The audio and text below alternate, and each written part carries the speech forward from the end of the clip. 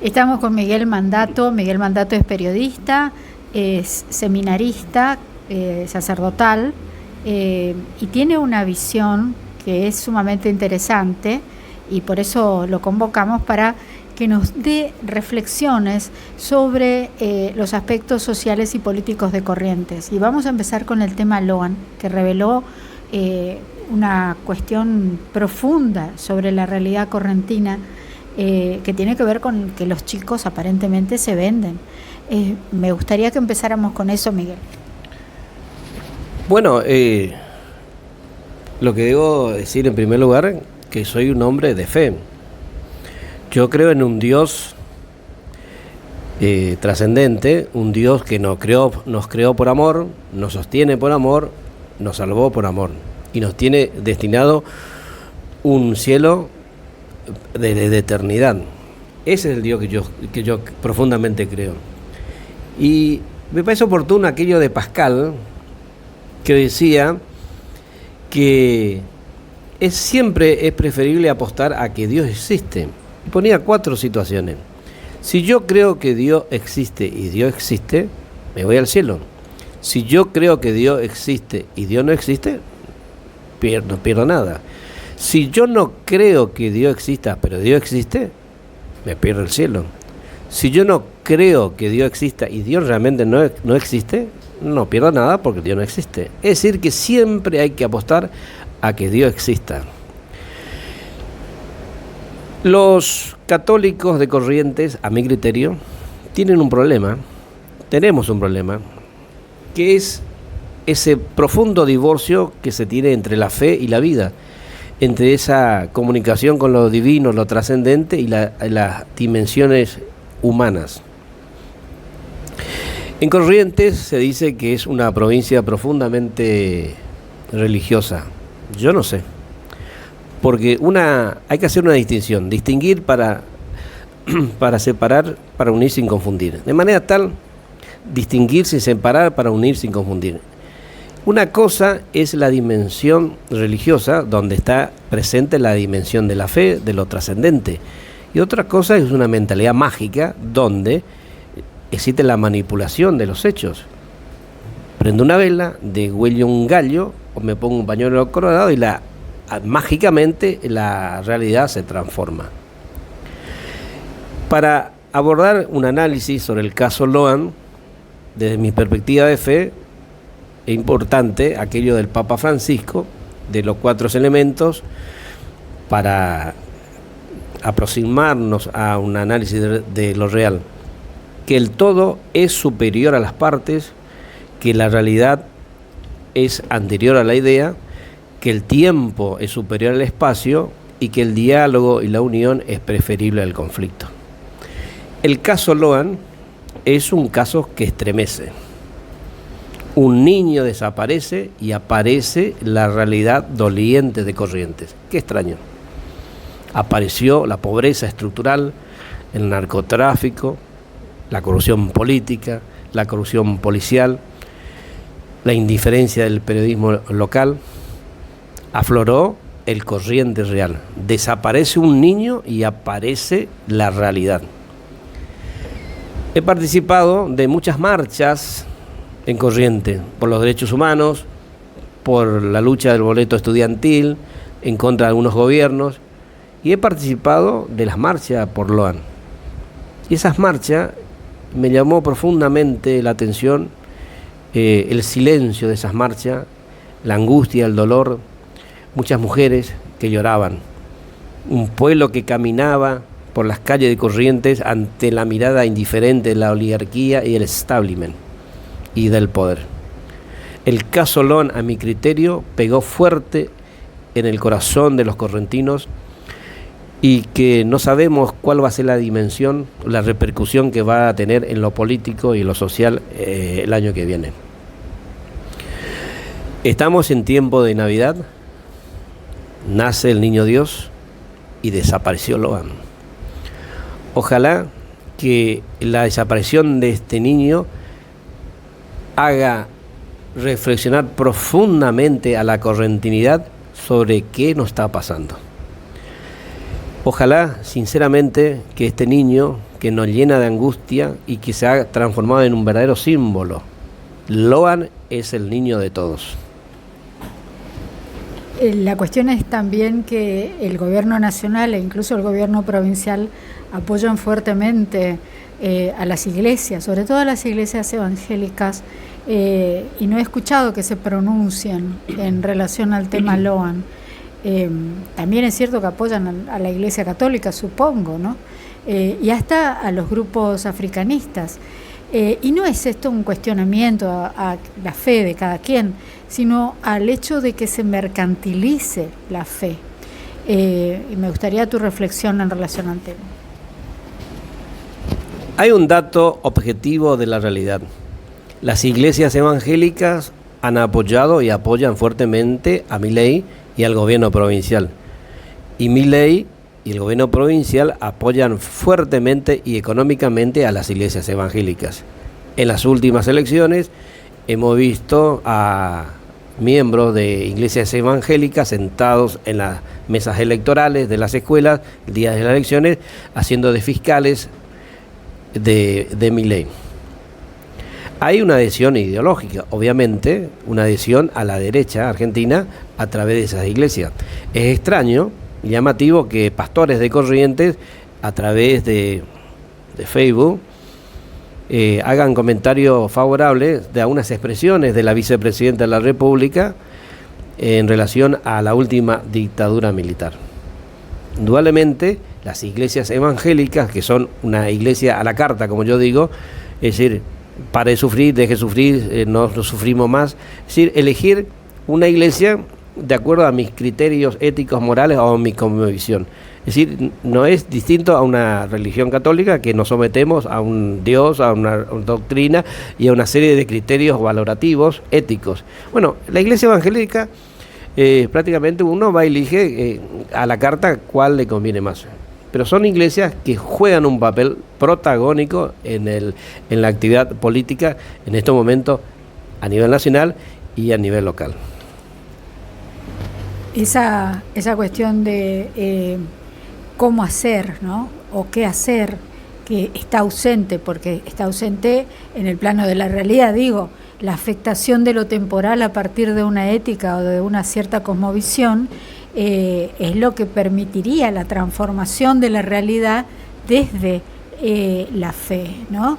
Y esto es por ahí, bueno, la cuestión para mí por la que estás acá, digamos. O sea, me gustaría saber cómo ves a la Argentina en el plano ético, porque lo que pasó hoy, esto de que defiendan, ¿no?, en sus discursos a un senador que se encontró en situación de flagrancia cometiendo el delito de contrabando, revela mucho de esta ausencia de una fe comprometida con lo material.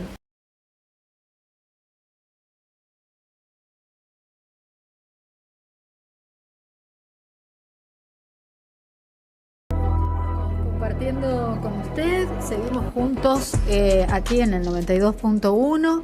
Y tenemos la alegría de compartir esta tarde con Sonia López.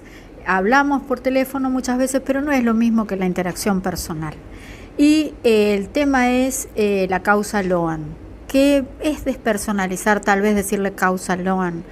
Loan es un niño de 5 años que genera una enorme inquietud porque podría ser nuestro nieto, podría ser nuestro hijo, podríamos ser nosotros mismos, porque es parte del pueblo, ¿está? Eso está muy claro.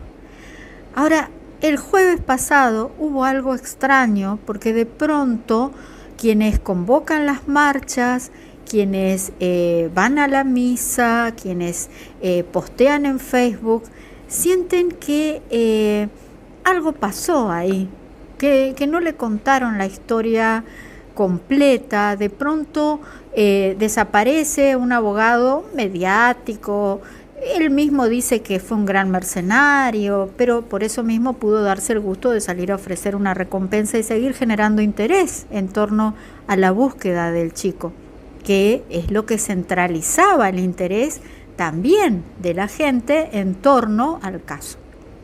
Ahora vamos a escuchar a Sonia, que nos va a dar alguna explicación que tenga un poco más que ver con esto, que nos permita entender algo de lo que está pasando. Sonia López, ¿qué pasa? ¿Qué pasó ese jueves? ¿Por qué nos cambiaron el tema? ¿Cómo estás, Mónica? Bueno, quiero saludar a todo tu equipo acá. Te visito en un nuevo lugar. No sabía que estabas acá, así que es un gusto para mí reencontrarme con vos, con tu trabajo de radio. Bueno, el jueves es un punto de inflexión para el nene, para nuestro niño, le digo yo, el niño Loan, porque así lo sentimos. Y yo creo que el punto de inflexión es que ahora a Loan lo defiende el conjunto del pueblo, o sea, que siempre fue así, pero ahora como que la sensación es que la familia verdadera de Loan es el pueblo de Corrientes. Y no quiero cargar las tintas con la familia, pero el jueves pasó algo grave con la familia, que es una reunión con el gobernador sin foto. No se sabe dónde fue la reunión, o sea, no fue una reunión oficial institucional como Loan se merece. Loan se merece la foto del gobernador entrando en su casa y abrazando a la madre.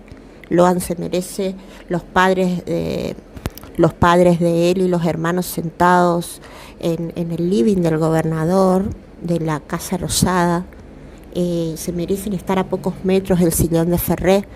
Eso hubiera sido una reunión razonable con el gobernador, donde él exprese su congoja por la desaparición de nuestro niño y su compromiso con el esclarecimiento de la causa, su colaboración, si la hubiere, no la veo, pero si la hubiere, con la justicia federal, y en todo caso también explicar qué pasó, ¿no? Porque no cumplieron con el alerta Sofía, ni el gobierno de la provincia, ni tampoco el gobierno nacional, por cierto. Qué casualidad, no le recibieron a Loan en el gobierno nacional más que una ministra. Cuando fueron a Buenos Aires los familiares, el presidente Javier Milei no los quiso recibir. Es más, mandó a decir que si aparece Loan ahí sí le va a recibir. Es una cosa brutal. Y bueno, y acá nunca los recibió. Y yo quiero pensar que nunca los recibió, porque si no hubiera habido una foto, porque viste que el gobernador se saca foto al lado de un árbol, al lado de un perro, pateando la pelota. Qué sé yo, con esas cosas que por ahí de boludear que tenemos por ahí los políticos, no te lo niego, digamos, ¿viste? Sí. ¿Por qué no sacarse una foto con los padres Loan? O sea, yo creo que ellos lo que hicieron fue exponer a la familia, quebrar a la familia, aplastar a la familia subjetivamente y ponerlos en un lugar de desprecio para todos nosotros, en un lugar de decir, vendieron al hijo. Esa foto en la vereda saliendo de la Casa Rosada, el día que nosotros organizamos una super convocatoria, y digo super convocatoria porque era una marcha con mucha polémica pero muy instalada, que iba a terminar en una misa con 2 obispos, después de haber vivido una muy buena jornada en Goya 2 días antes, el martes, donde fue una marcha con el obispo de Goya, la marcha, y se terminó con una misa encabezada sobre el obispo de Goya, y eso después se hacía acá. O sea, eso implicaba, incluso coordinado con el Vaticano, porque el Vaticano viene con preocupación sobre qué rol tiene que jugar la Iglesia Católica, y esto lo hablo, pues vos sabés que yo no estoy en el mundo religioso ni mucho menos, pero lo hablo con interés, porque esta familia necesitaba apoyo. Y el apoyo estaba ese día en la parroquia La Merced. Estuvo gente de la iglesia vinculada al sindicalismo o gente del sindicalismo vinculada a la iglesia trabajando toda la semana para tener el equipo perfecto, para tener la camioneta necesaria para que los padres no pasen ningún problema de seguridad. O sea, se hizo todo, y resulta que esa mañana aparece una foto en la vereda.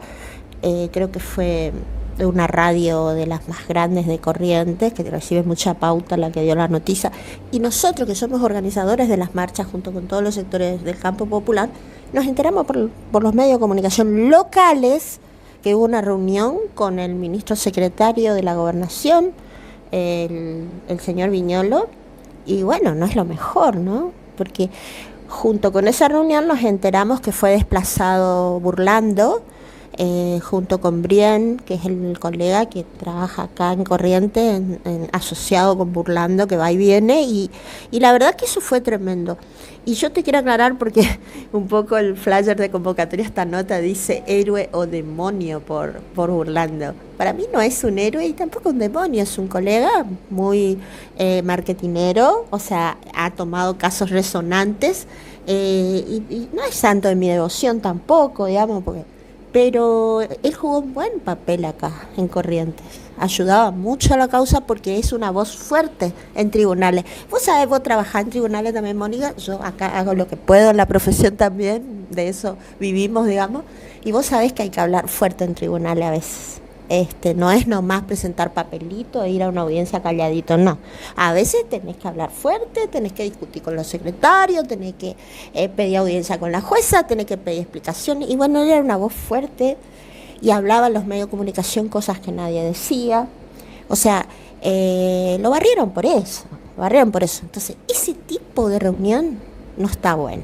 Quiero compartir con vos un fragmento de Marijuán, que tiene que ver con esto de los efectos de la presencia de Burlando, la presencia mediática, si te parece.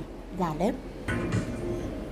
Seguimos, y ahí dice Marijuán, hay algo raro, y esto, o sea, es esta sensación, ¿no?, que nos envuelve sobre que hay cierto interés, hubo cierto interés, el tema de Pellegrini, todo esto de declarar a las 3, 4 de la mañana, ante un fiscal que le abre la puerta como si fuera un boliche.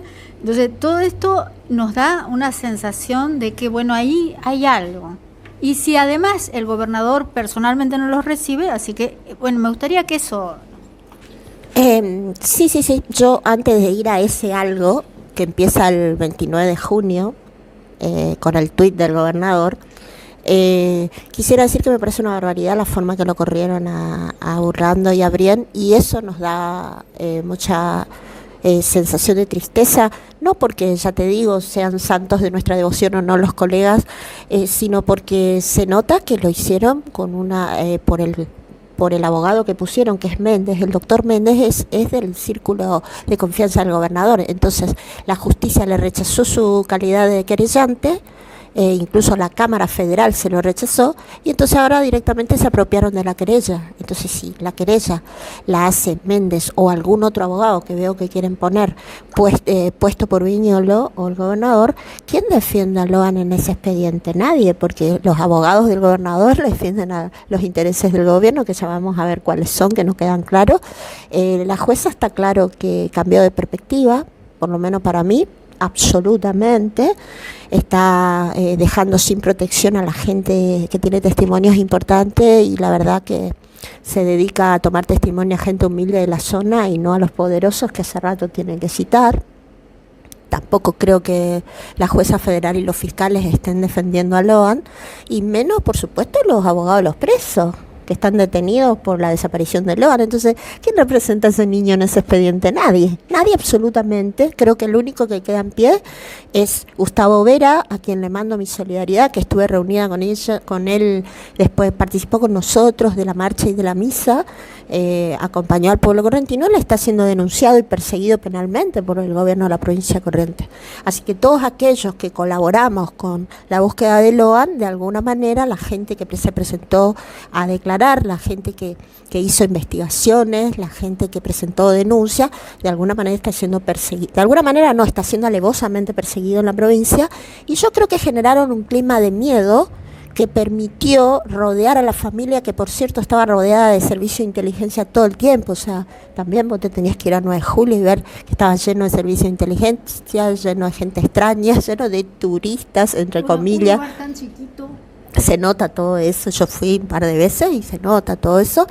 Es más, gente que se le acercaba para que la familia se pelee con nosotros, con los sindicatos, con los movimientos. O sea, siempre hubo una tarea de tratar de dividirnos a nosotros y de separarnos de la familia. O sea, yo ya me veía venir una situación así.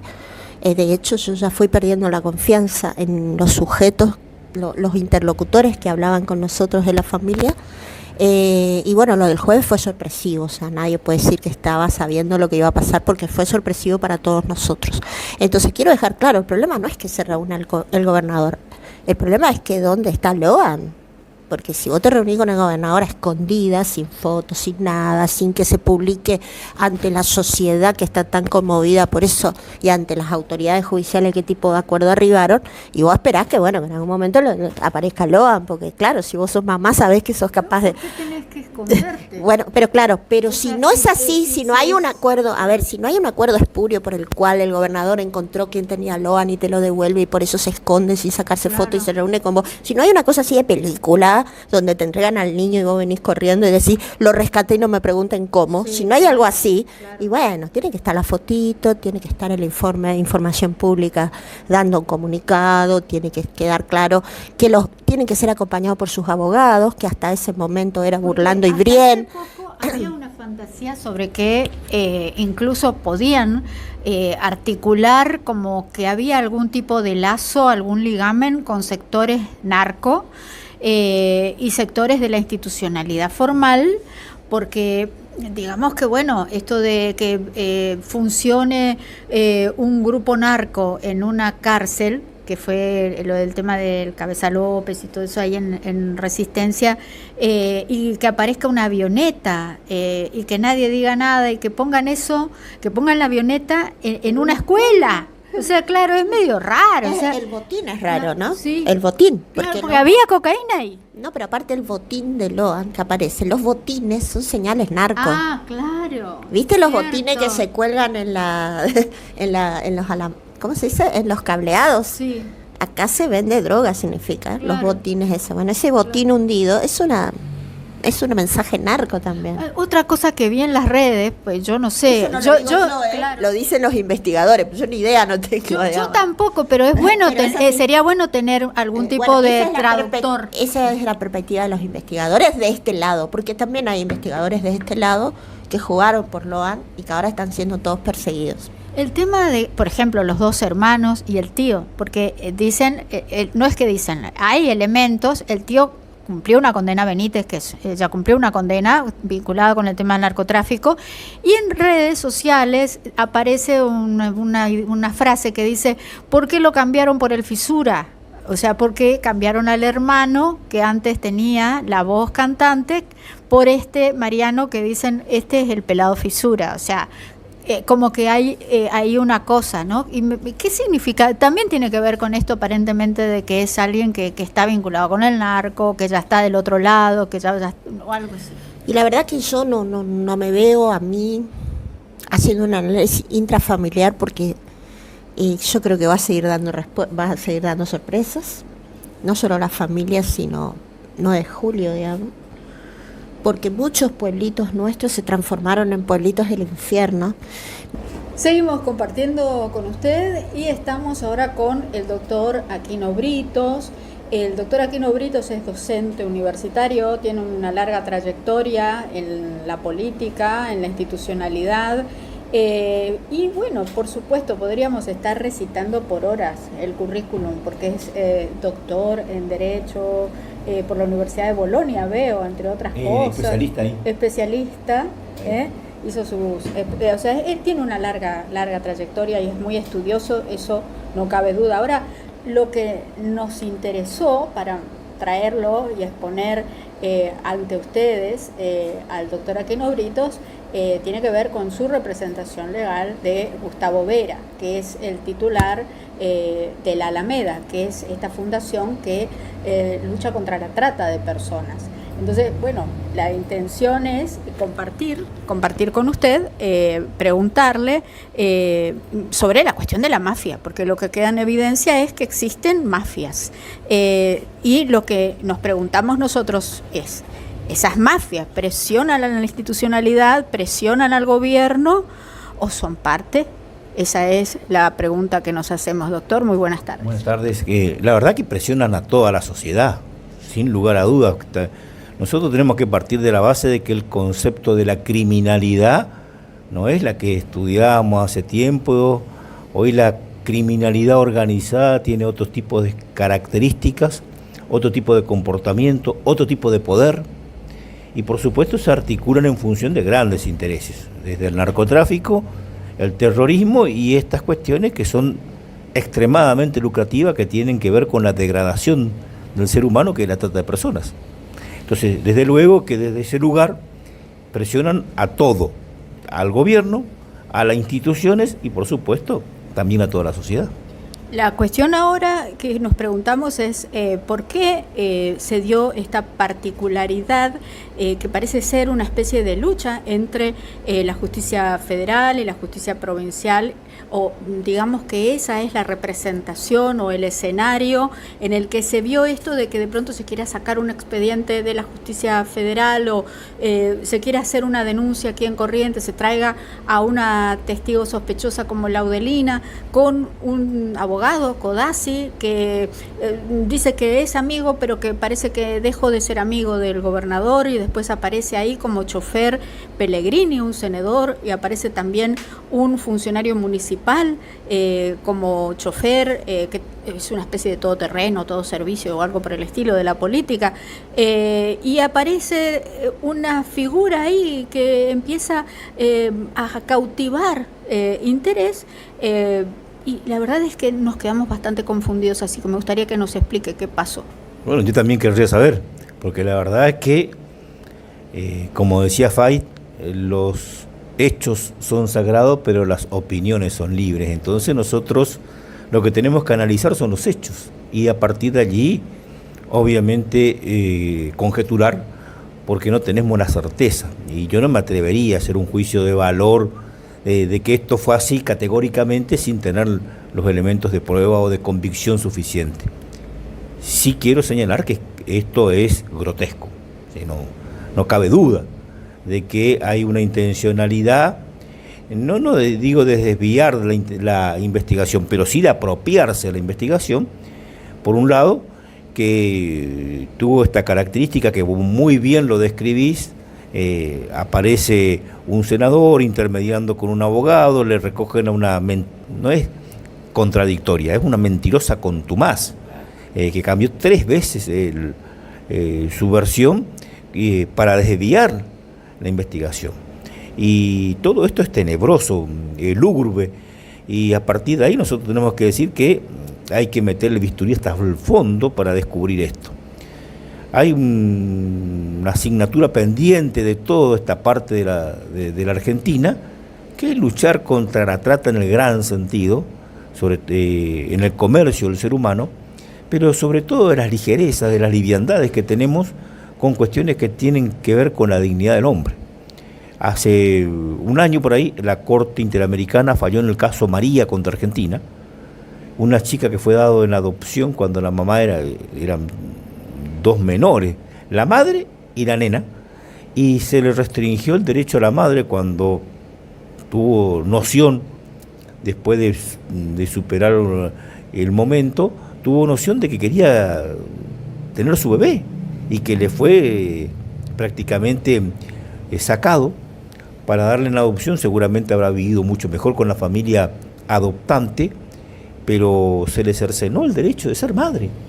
Bueno, este es un fallo lapidario contra Argentina, no solamente por este motivo, sino porque también hay un plazo razonable vencido en exceso para resolver esta cuestión. Fue en Santa Fe, vale decir, toda esta zona está infectada de un grado de falta de humanidad, de deshumanización, que nos tiene que llamar la atención. Pero esto es grotesco. Esto que ocurrió acá es llamativo porque hubo un desvío de la investigación notorio, hubo un intento, sí, de, ¿cómo te diría?, de sustraer la competencia federal de manera ardidosa. No es posible que por una amenaza simple se abra una fiscalía a las 2 de la mañana, un viernes, como si fuese un boliche bailable, y a partir de ahí buscar que se expida al juez de la causa. El juez de la causa, felizmente, una valentía enorme, a las 2:41 emitió la decisión de que la provincia no era competente. porque ya la jueza que estaba investigando había dicho que se abstuviesen de participar en esta cuestión. Y esto tiene que ver, más allá de las intenciones, el grado de politización del Poder Judicial, particularmente del Ministerio Público. El Ministerio Público tiene una particularidad extraña, concentra todo el poder, en este caso el fiscal general, el doctor Sotelo, es jefe de los fiscales, de los defensores públicos y de los defensores de menores, siendo que la justicia nacional, federal, el Poder Judicial encabeza, digamos, la Corte Suprema, ya increpó a Corrientes en términos muy claros, diciéndole que tenía que regularizar la situación. Ahora, ¿no hay poder que limite o que le diga, bueno, esto no corresponde? La cosa fue así. Nosotros en la reforma de la Constitución en el 2007 diseñamos un modelo similar a la Nación, donde el Ministerio Público está dividido en 3 agencias. El fiscal que acusa e investiga, la Defensoría que defiende y por supuesto repele la agresión o la pretensión del fiscal, y la asesoría de menores, una característica pupilar. El doctor Sotelo planteó la inconstitucionalidad de ese artículo 182. La Corte dijo que, por supuesto, ese fallo de Corrientes era irregular, con términos pero muy severos, y finalmente le mandó al Superior Tribunal que dicte nueva sentencia. Esto ocurrió en el 2012.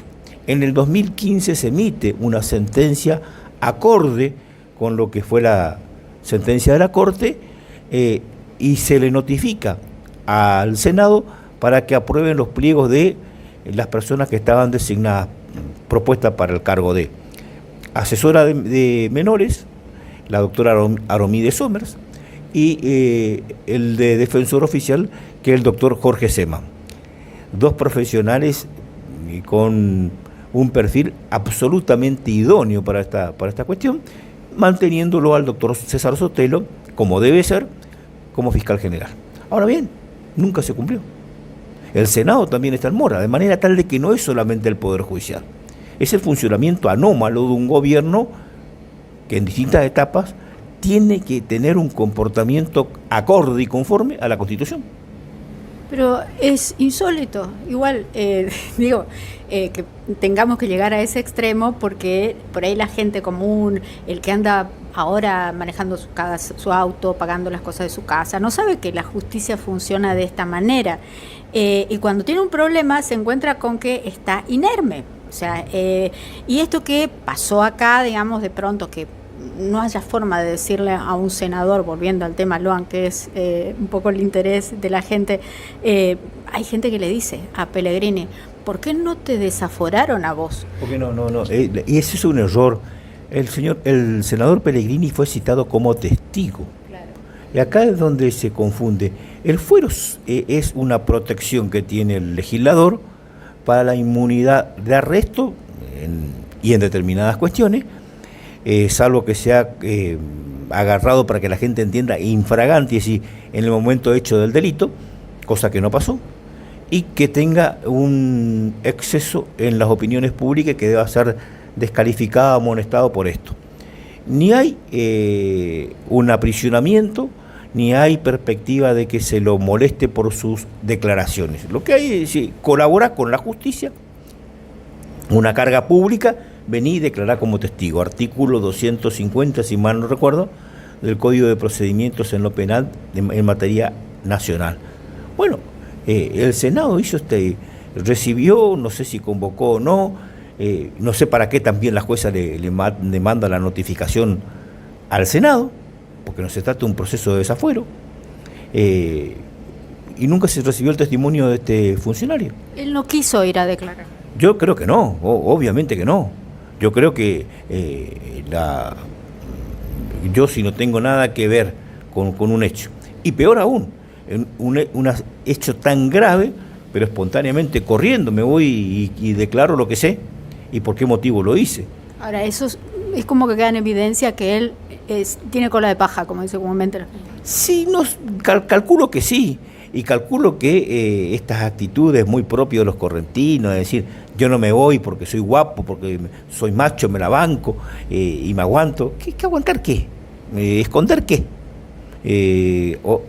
Ser fuerte ante el débil, porque acá estamos hablando de que se afanaron una criatura, es decir, no dejemos los eufemismos de lado, se robaron una criatura. Entonces, yo no sé si el padre tiene algo que ver, la abuela, la mamá. Acá, que desaparezca un niño de la faz de la tierra y más en nuestro lugar, es un crimen de lesa humanidad. Ahora, también el gobernador, al poner ese tuit diciendo que todo se había resuelto después de la declaración de Laudelina, es como que también generó esta sensación de anomia, ¿no? Porque como que la política se va y se mete y le dice a la justicia qué hacer, es como que nos deja así esa sensación. Sí, y además que creo que hay un límite, la Constitución dice que el Ejecutivo no puede entender en causas pendientes ni restablecer la fenecida. Ese mandato constitucional fue claramente violado, porque es evidente que a él le llevaron, cualquiera sea la intención que haya tenido el gobernador, le llevaron esta noticia y se metió en la causa. Entonces esto creo que fue un error. Después salió la doctora Carrió a dar explicaciones, ninguna de ellas satisfactoria, además de que algunas cuestiones están... Quedó como raro eso que dijo también, porque es como que ella dijo que habló con el gobernador y que el gobernador le dio precisiones, o sea, es como muy extraño.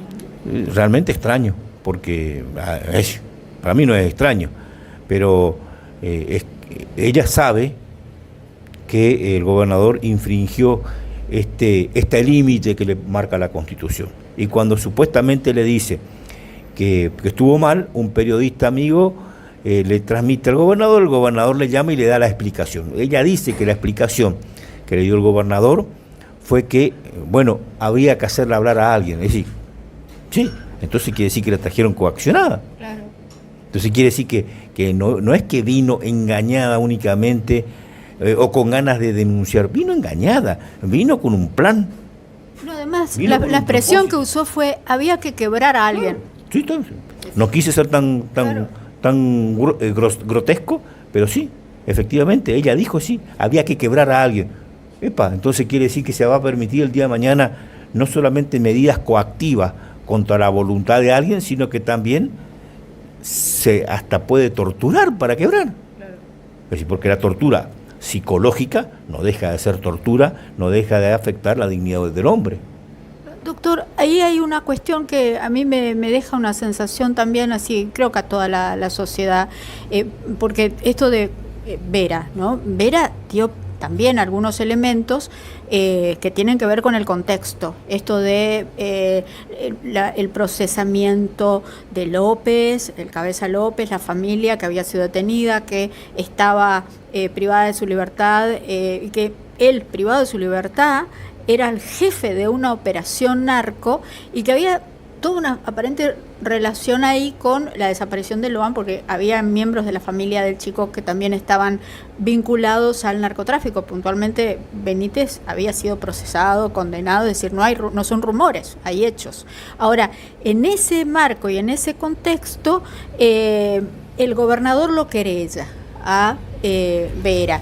Esa querella y esa intención en paralelo de ingresar a la causa como querellante formalmente la provincia, motivó toda una serie de dimes y diretes que, bueno, finalmente lo ponen a usted en la consideración pública como alguien que hizo tambalear a Gustavo Valdés. Me gustaría que nos explicara un poquito cómo fue eso puntualmente, porque finalmente va al fuero federal, algo que pretendían se quedara aquí, como que la impresión que da, ¿sabe cuál es? Déjamelo a mí, que yo me arreglo con los míos, yo sé lo que tengo que hacer, la justicia provincial es mía, y cuando lo sacan al expediente y lo mandan a la justicia federal, es como que la sociedad dice, bueno, ahora sí puede ser que haya justicia. No sé si me entiende, si me equivoco.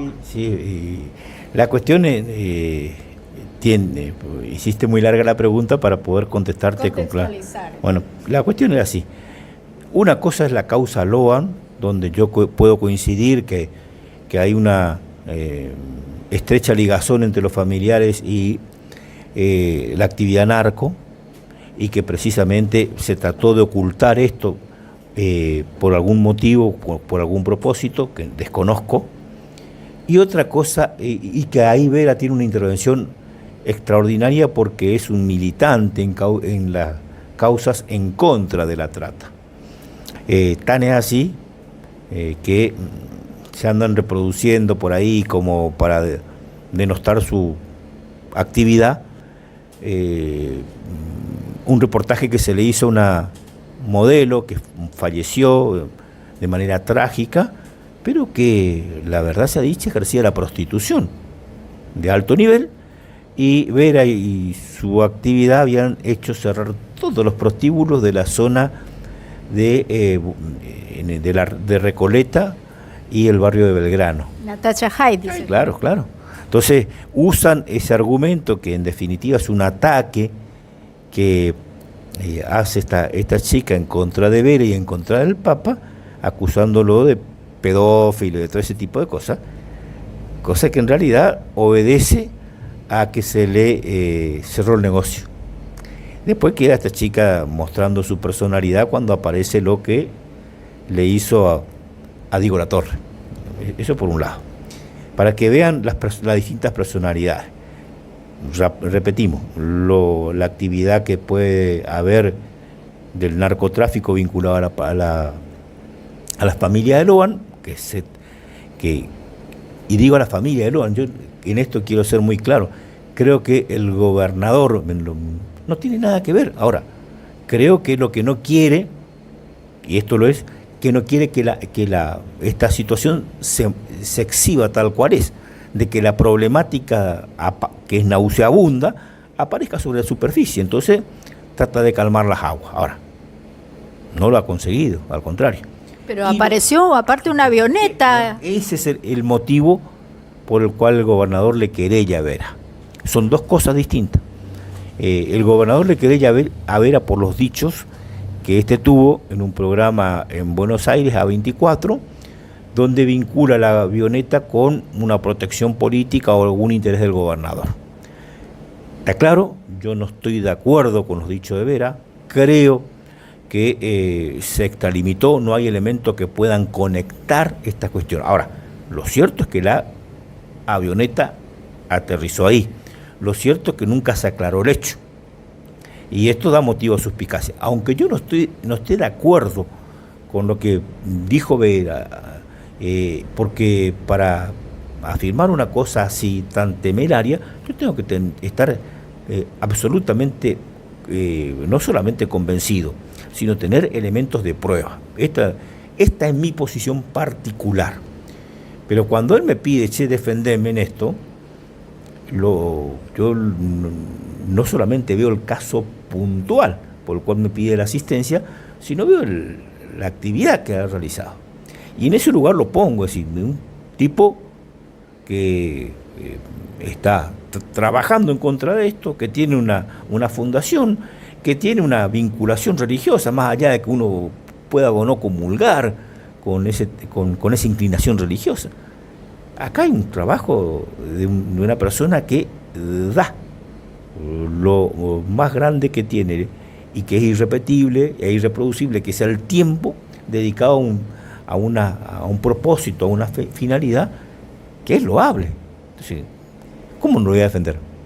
¿Qué haría yo como ser humano, si cuando requiere una ayuda que es mínima, no lo asisto a una persona que pide su apoyo? Claro, usted me dirá, bueno, te enfrentabas con el poder judicial, todo perfecto, pero las peleas hay que darlas. Y la dimos con tanta convicción que planteamos la cuestión. Él obviamente se va a defender con otro profesional en la capital federal, pero nosotros creíamos que la justicia correntina no es la competente para entender en esto, Y así resolvió una magistrada, justamente, fíjate ahora lo que decíamos, justamente una de las personas que está propuesta para los cargos más trascendentes que puede tener dentro del funcionamiento del Poder Judicial, esta cuestión que es la dirección o la titularidad del Ministerio Pupilar. Aromí de Sommer. Es una jueza muy seria. Bueno, y felizmente, y cuando primero nos toca el doctor Maciel, yo tengo las mejores referencias de Leandro Maciel, y entendíamos que íbamos a estar ante un juez realmente imparcial. Entonces le señalé esta cuestión, y cuando nos dicen que va a ser la doctora Aromí de Sommer, bueno, tuve esta sensación que tenía con Maciel, pero también con la seguridad de que no iba a fallar en contra incluso de sus convicciones y de sus decisiones anteriores. Ya ella había resuelto una cuestión similar en el sentido que nosotros planteábamos las cosas. Bien, esto, o sea, definir que esto va a la justicia federal porque de pronto está, digamos, en relación con eso, ¿no? Con lo que está pasando. Ahora, la cuestión acá es qué va a pasar con la justicia y la política en Corrientes. Yo sé que lo pongo, digamos, en una situación complicada porque por ahí es su partido el que está en esta instancia compleja, ¿no? O sea, de pronto el gobernador tiene la historia más próxima a Ricardo Colombi, pero parece que Colombi tiene también otro proyecto.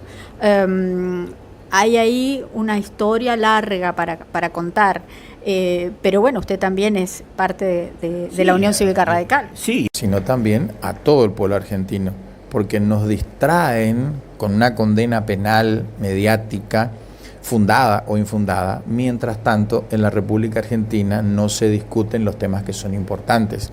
¿Cuáles son los temas importantes? La situación microeconómica, la situación de la inflación real, la situación de poder adquirir los alimentos de primera necesidad, los servicios básicos para la subsistencia. ¿Cuáles son los servicios básicos para la subsistencia? Agua, energía, internet, que son fundamentales para la educación y para el trabajo. Obviamente que la gente hoy trabaja gracias al internet, los chicos aprenden y avanzan en sus estudios gracias al internet. Lamentablemente, hoy el gobierno nacional usa técnicas de distracción de aquellas épocas de la Segunda Guerra Mundial, donde mienten y hablan de situaciones que tienen que ver con realidades creadas, pero no lo que verdaderamente le pasa y le sucede a un pueblo en un determinado momento, como es el caso del pueblo argentino. Hoy, cuando se intenta condenar a Cristina, lamentablemente se cometen errores procesales, penales, civiles, administrativos y constitucionales. ¿Por qué? Cristina no puede ser condenada porque ella era responsable del Poder Ejecutivo, era presidente y tenía funciones de presidente, y tiene filtros previos, cuyos filtros tienen que ser previamente juzgados para eventualmente determinar si el nexo de causalidad de los delitos o la relación de causalidad o aquellas causas finales llegan o no a la responsabilidad de ella. Eso primero. Segundo, si hay pruebas pruebas directas que determinen que ella formó parte de una asociación ilícita. A mi juicio no, porque se busca una imputación objetiva, se busca culpabilizarla a través de indicios o elementos de la razón que no hacen pruebas directas de derecho. Es decir, hoy más bien los elementos son no solo insuficientes, sino que no existen con relación a una posible responsabilidad penal. Sí, la responsabilidad tuvo que haber sido en todo caso de otros funcionarios. La cuestión es, ella en estas circunstancias está procesada, no condenada, porque no pasó en autoridad de cosa juzgada. Puede ser candidata en estas condiciones, ¿verdad? Sí, por supuesto, ella puede ser candidata en las elecciones del año que viene, puede ser candidata a diputada nacional por la provincia de Buenos Aires, más allá de que pueda haber siempre alguien que puede impugnarle, siempre aparece un improvisado que dice, bueno, yo lo impugno y hace el planteo, y en primera instancia un juez te puede decir que no, pero en las instancias superiores obviamente va a caer ese intento de que ella no pueda ser candidata a ningún cargo, pero ella es condenada a 6 años de prisión, inhabilitaciones y accesorias. Esto se confirma en casación, pero queda pendiente el recurso extraordinario de la Corte Suprema de Justicia de la Nación. La Corte Suprema de Justicia de la Nación tiene casos muy importantes, como el reclamo de coparticipaciones de muchos gobernadores por miles de millones de dólares, como para ponerse a tratar primero las impugnaciones que tengan que ver con una candidatura o no de la señora Fernández de Kirchner. Entonces, ella puede ser candidata y seguramente será candidata porque ella representa un espacio, ella representa una manera de pensar la política correntina y ocupará seguramente la candidatura si se ve en condiciones, si le da la edad, la salud y las ganas, puede hacerlo tranquilamente y no habrá impedimento. Tal vez vos me quieras decir, ¿y lo de la ficha limpia? Sí, podemos crear leyes nuevas, pero es para el futuro, las leyes no son retroactivas. Tenemos que manifestar cuáles son los impedimentos hacia el futuro para que ella pueda o no ejercer, a ella se le pueda aplicar o no la ley de ficha limpia. La cuestión de lo que se le sacó, que dicen que le sacaron la pensión, que le sacaron la jubilación, o que era un emolumento, según dijo la titular del ANSES, que se paga a los expresidentes, pero que no se trata ni de jubilación ni de pensión. Y el impacto que eso tiene a mediano plazo en las arcas públicas si ella demanda al Estado por daños y perjuicios. Claramente que este show mediático de sacarle o de suspenderle o quitarle la jubilación que tiene por ser expresidenta, porque no cualquiera es expresidente en la República, y menos expresidenta, ¿sí?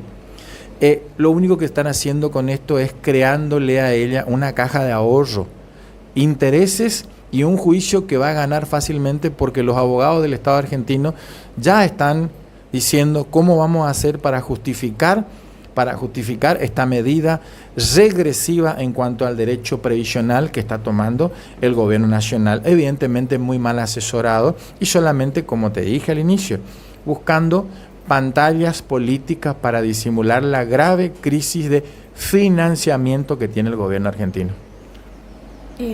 ¿Qué quieren tapar con esto? ¿Y cuáles son las perspectivas que tenemos nosotros desde Corrientes? Lo que quieren tapar con esto es la falta de financiamiento. Y vos me dirás, ¿para qué el financiamiento? Y si conseguimos recursos, pagamos los sueldos de la administración pública, los sueldos de los proveedores. Con esto se pueden realizar algún tipo de empréstitos a productores para traer bienes importados en dólares. Faltando financiamiento, la Argentina no produce nada. Y obviamente esto perjudica a la provincia de Corrientes, porque la provincia de Corrientes le llega algún porcentaje de eso, de ese presupuesto nacional, le llega con goteo y proporcionalmente para realizar algún tipo de plan social, algún tipo de plan de salud, algún tipo de ayuda en materia de obras públicas. Esto mínimo, porque cuando ellos dicen que suspenden la obra pública, es cierto, suspenden la obra pública para aquellos mandatarios provinciales que no le prestan sus diputados nacionales, porque aquellos mandatarios provinciales que le prestan los mandatarios a los diputados nacionales para conseguir las leyes, para poder seguir pateando la bicicleta al financiamiento, a ellos sí le envían los mismos ATN de los gobiernos anteriores para que sigan manteniendo el funcionamiento normal de los gobiernos provinciales. La cuestión de la estética del actual gobierno me parece de interés para la política. Vi un acto en el que aparecían con unos carteles en rojo, naranjón, dorado, negro y blanco, una estética muy disciplinar que rememora al Imperio Romano, al Führer, a Mussolini, y me acordaba de lo que dijo Antonín Artaud en El teatro y su doble. El doble del teatro es la realidad, haciendo referencia a que la representación es real, y me genera cierto escozor, sobre todo por la capilaridad que tiene el actual gobierno con referentes de la dictadura militar. Y me gustaría su reflexión, doctor. Sin duda, el acto, el show de plantar unos muchachos como soldados o como pretorianos que van a defender a Milei a capa y espada, que no forma parte más de un circo. ¿Por qué? Porque esto no es serio en los tiempos que corren y hasta me cuesta hacer una narrativa de ello, pero sí tienen mucho voluntarismo estos jóvenes. ¿Y qué pasa? Ese voluntarismo nace de fondos, de dineros que las fuerzas militares fueron acopiando de las últimas dictaduras y teniendo ahorros, y estos ahorros son prestados para el financiamiento de este gobierno. Milei llegó al poder con plata de los militares, con fondos que tenían, plata negra que tenían los militares porque no la tenían depositada seguramente, y los militares quieren recuperar o quieren mantenerlo a como sea en el poder y quieren a manera de provocación presentar a estos jóvenes. ¿Por qué? Si la Argentina tiene la Secretaría de Seguridad, hasta Bullrich, ya tiene un significativo protocolo que no podemos caminar por ciertos lugares, Petri ya compró aviones nuevas, ¿para qué crear un circo de supuestos soldados pretorianos si no es que no buscan provocar a la sociedad, provocar a sectores de la sociedad que no nos gusta, que nos vengan a plantar un grupo parapolicial o paramilitar de civiles que te puedo asegurar no tienen ningún tipo de entrenamiento de cómo tratar situaciones de naturaleza militar. Pero es una amenaza que seguramente traerá consecuencias jurídicas primero, porque es ya la tentativa de un alzamiento, cuanto menos, no un delito consumado, pero hay que ver si algún fiscal o algunos diputados nacionales ya no iniciaron la denuncia, porque esto está tipificado en el Código Penal argentino. Cuando toman las armas, cuando grupos civiles toman armas para determinado fin que tenga que ver con alguna cuestión política o querer manejar parte del Estado por mano propia, es delito y seguramente va a tener consecuencias y no durará mucho tiempo, porque esto en la semana que viene, pero te vuelvo a repetir, esto por más que uno trate de imponerle cuestiones de justicia o no, estos son circos, porque la realidad argentina es la microeconomía destruida. La realidad argentina es la falta de financiamiento y esto no va más, la Argentina no resiste más. Me gustaría saber qué va a pasar con la oposición o cómo se va a dinamizar, ¿no? Entiendo que usted quiere ser gobernador, pero eso significa tener una articulación importante, ¿no? Sobre todo dentro del ámbito provincial y también compartir criterio con referentes nacionales que debieran tener una idea clara de para dónde ir, ¿no? Es cierto. Yo pretendo ser gobernador de la provincia de Corrientes, ¿sí? Tengo una clara doctrina justicialista, pero cuando hablo de doctrina me refiero a lo que significa para el pueblo, ¿sí? La igualdad, la justicia social, la verdadera libertad del pueblo, la libertad del pueblo con libertad de prensa, la libertad del pueblo sin censura, la libertad para el pueblo con dinero en el bolsillo, con justicia social, para poder salir, para poder comprar, para poder tener una vida con felicidad. Esto en la provincia de Corrientes y puntualmente en la República Argentina. Pero para ser gobernador de Corrientes hay que saber cuál es la situación de Corrientes, Mónica, y la situación de Corrientes es muy clara.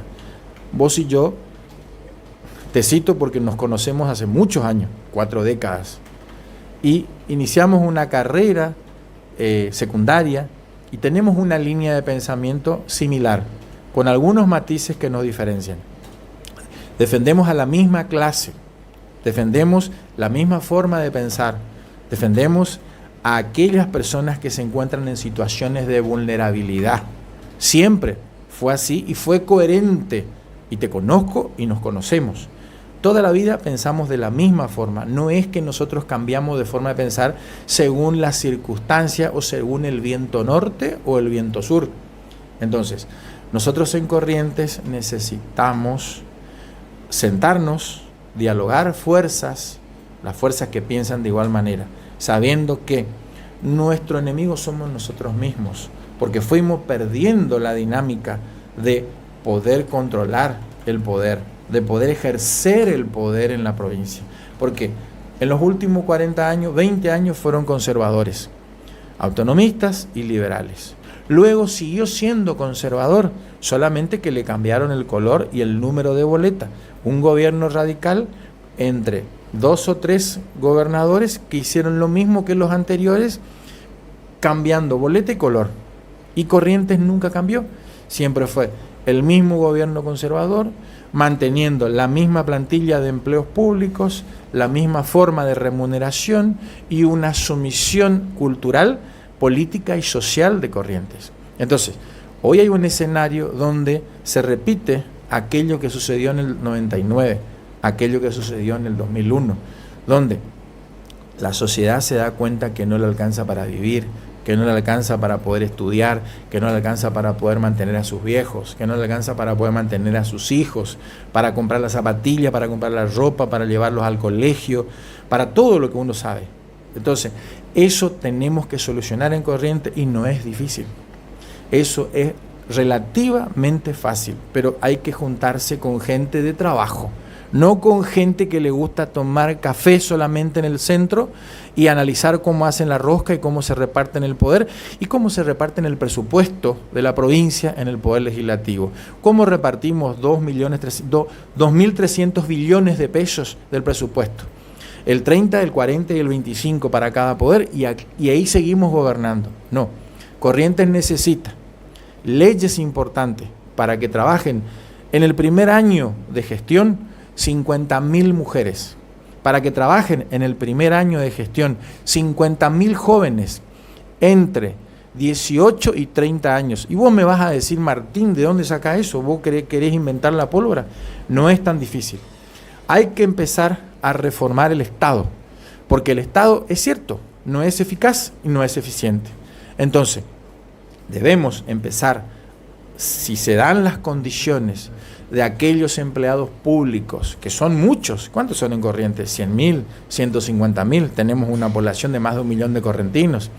Entonces, si podemos retirar, jubilar, con la movilidad salarial correspondiente a los que hayan cumplido ya 25 o 30 años de servicio, y podemos recambiarlos, sustituirlos, realizar un restyling del Estado correntino, introducir jóvenes enfermeros, jóvenes policías, jóvenes docentes, con una preparación necesaria, pero que empiecen a trabajar en el Estado correntino jóvenes, porque somos a lo que estamos dejando afuera de la política correntina, fuera del reparto del presupuesto. Esos jóvenes son los que después rechazan a la política. Esos jóvenes son los que nos dejan afuera a los políticos porque dicen que somos todos malos. Esos jóvenes son los que votan a los Milei, a desquiciados de la política, a personas que tienen esquizofrenia interpretativa de la realidad política de la República Argentina, y obviamente terminan rechazando a aquellos que tenemos todavía años y vida para aportar. Los que tenemos 50 años, 51, 52, hoy tenemos por lo menos 20 o 25 años más para aportarle a la provincia de Corrientes. Y tenemos 50.000 mujeres, y tenemos 50.000 jóvenes, y tenemos 100.000 trabajadores. ¿Sabes por qué tenemos 100.000 trabajadores en obras públicas? Porque vamos a traer el segundo puente Chaco Corrientes. Hay inversiones internacionales que quieren venir a Corrientes. Y podemos hacer ese puente y va a haber trabajo para los correntinos. Y vamos a hacer la represa, las defensas de la represa de Yacyretá, las defensas que hicieron los misioneros en todos los gobiernos conservadores. Los gobiernos conservadores de Corrientes llevaron entre 18.000 y 20.000 millones de pesos a la costanera misionera. Desde el límite de Corrientes y Misiones hicieron una hermosa costanera, hicieron defensas costeras. Hoy, si tenemos una inundación en Corrientes, se inunda la mitad de Corrientes se inunda hasta Reconquista, 1 metro, y en Resistencia también tenemos inundación y no tenemos las defensas realizadas. Ahí tenemos trabajo para los correntinos. Y los correntinos necesitamos traer un tren moderno para el transporte de la gente, y necesitamos un tren para la carga. Y obviamente ahí tenés 100.000 correntinos que pueden tener fuente de trabajo. Y obviamente ni hablar de los recursos que este tipo de acciones te va a generar para que vos puedas realizar préstamos a pequeños productores en el campo, en el interior. En los 77 municipios de Corrientes tenemos que distribuir los recursos, dinero, para que pueda trabajar en su tierra el productor correntino. Porque si nosotros nos mantenemos sin alternancia en el poder, siempre están los mismos, el papá, el tío, el hermano, el primo, el amigo, son los mismos que se reparten los recursos y no llegan a los pequeños productores correntinos. Siempre a los ricos llegan esos recursos. Entonces, nuestra gente no se va a ir de su campito, no se va a ir de su chacrita, y va a producir miel, va a producir plantas que son autóctonas, no aquellas melíferas, ¿sí? Producir cabras, producir chanchos, ¿sí?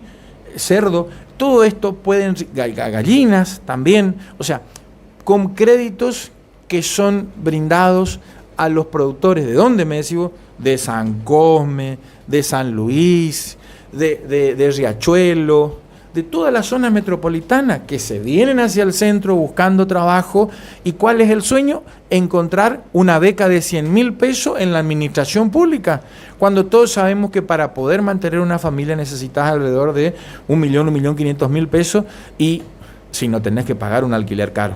Entonces, todo eso se puede hacer con voluntad, con esfuerzo, con trabajo. Y vos me decís, Martín, ¿tenés un equipo? Por supuesto que tengo un equipo. Tengo preparado un ministro de Economía, que tuvo 25 años o 26 años ya en prefectura. Tengo un ministro de Seguridad, tengo un ministro de Educación esperando. Justamente hoy a la siesta yo le dije, me voy a ir al programa de la amiga Mónica a charlar y quiero que me deje el asesoramiento en materia de educación.